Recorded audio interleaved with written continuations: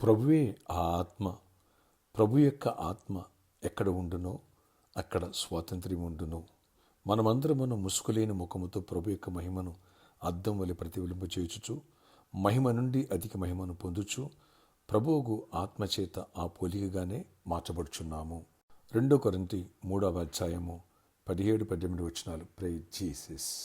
ఈరోజు జనవరి 26, 77th republic day. భారతదేశ ప్రజలందరికీ అలాగే ఆత్మీయులందరికీ 77వ గణతంత్ర దినోత్సవం సందర్భంగా మీ అందరికీ శుభాకాంక్షలు తెలియజేస్తున్నాను. నిజంగా దేవుని యొక్క ఆత్మకు ఎవరైతే చోటిస్తారో అప్పుడే నిజమైన ఆత్మీయమైన స్వాతంత్ర్యమును, భౌతికమైన స్వాతంత్రాన్ని కూడా అనుభవిస్తాడు. ఈ విషయాన్ని ప్రతి ఒక్కరు కూడా గమనించాలి. ఆత్మ పాపము నుంచి విడుదల పొందాలంటే యేసు రక్తం కావాలి. అలాగే నీలో నుంచి క్రీస్తు లక్షణాలు ప్రపంచానికి కనిపించాలి అని అంటే నువ్వు ఆత్మఫలం ఫలించాలి. ఆత్మఫలానికి చోటు ఇవ్వాలి.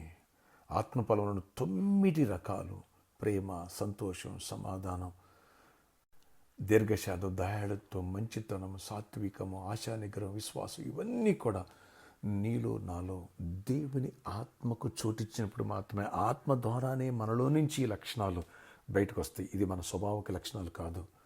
కాబట్టి అప్పుడే నీవు ఆత్మీయమైనటువంటి స్వాతంత్రం కలిగిన వ్యక్తివి. నీ వల్ల ఎదుటివారి కూడా స్వాతంత్రం ఉంటుంది. లేదా నువ్వు ప్రాబ్లమేటిక్ పర్సన్గా చీడపురుగులా ఉంటావు. ఎదుటివారు కూడా ఫ్రూట్ఫుల్గా లేకపోతే నీకు లేదా సమాజానికి చీడపురుగులాగా ఉంటారు. కాబట్టి మనలో ఆత్మీయమైనటువంటి స్వాతంత్ర్యం రావాలి. మన దేశంలో కూడా ఆత్మీయమైన స్వాతంత్రం రావాలి. అందుకోసం మనం ప్రే చేయాలి. కాబట్టి క్రీస్తు యొక్క ప్రేమ, ఆ లక్షణాలు ఇవన్నీ మనలో కనిపించాలి. అలాగే అప్పుడు మనం వెళుతున్న దేవుడు పూడుస్తాడు. మనల్ని ఇతరులకి దీవెనకరంగా దేవుడు మారుస్తాడు, వరాలిస్తారు, అనేకులకు ఆశీర్వాదకరంగా మారుస్తారు. అలాంటి కృప దేవుడు దయచేయనుగాక.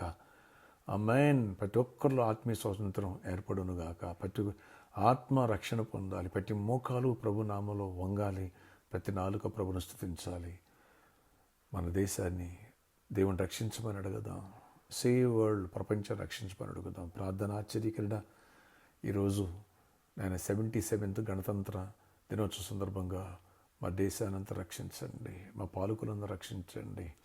ఆయన ఆత్మీయులందరినీ కూడా, నా ప్రియ సహోదరి సహోదరులందరినీ, రక్త కడగబడిన వాళ్ళందరినీ కూడా నిజమైన ఆత్మ స్వాతంత్రానికి చోటిచ్చి పాపమనే బానిసత్వాన్ని విడిపించండి, దాస్యమనే అస్థితిని విడిపించండి. అలాగే ఫ్రూట్ఫుల్గా మారినప్పుడే కదా ప్రభా మాలో నుండి సమాజం నీ లక్షణాలు చూడగలుగుతుంది. నాయన, ఇలాంటి వారికి దైవ కుమారుల కోసమే కదా సృష్టి యావత్తు మిగిలిన ఆశతో ఆపేక్ష ఎదురు చూస్తున్నావు. ఆ కృపను దయచేయండి. మా వల్ల అనేకులకు దీవెనకరంగా మార్చేయండి. మమ్మల్ని ఫ్రూట్ఫుల్గా మార్చండి, స్ట్రెంథన్ చేయండి. నేను దినమును సండే ఘనంగా ఆరాధన జరిగించిన నిస్తుతులు, వేలాది నడిపించిన స్థుతులు నేను అన్ని విషయాలు దీవెన దయచేసి ప్రతి ఒక్కరు ఫ్రూట్ఫుల్గా మారాలి, స్పిరిచువల్ స్ట్రెంథన్ అవ్వాలి. ప్రతి వారం అవసరాలు తీర్చండి, ప్రతి సమస్యను సాల్వ్ చేయండి, వ్యాధిగ్రస్తులను స్వస్థపరచండి, ప్రతి బలహీనతను గద్దిస్తే మీరు గద్దించండి. అయ్యా, బలహీనను బలపరచండి, పడిపోయిన తిరిగి లేవనెత్తండి, విడిపోయిన కుటుంబాలు కట్టండి. ప్రతి ఒక్కరికి ఆత్మీయ చైతన్య స్వాతంత్ర్యాన్ని ఇవ్వండి. ప్రతి ఒక్కరిని కూడా ప్రభావ ఫ్రూట్ఫుల్గా మార్చి కృపనివ్వండి.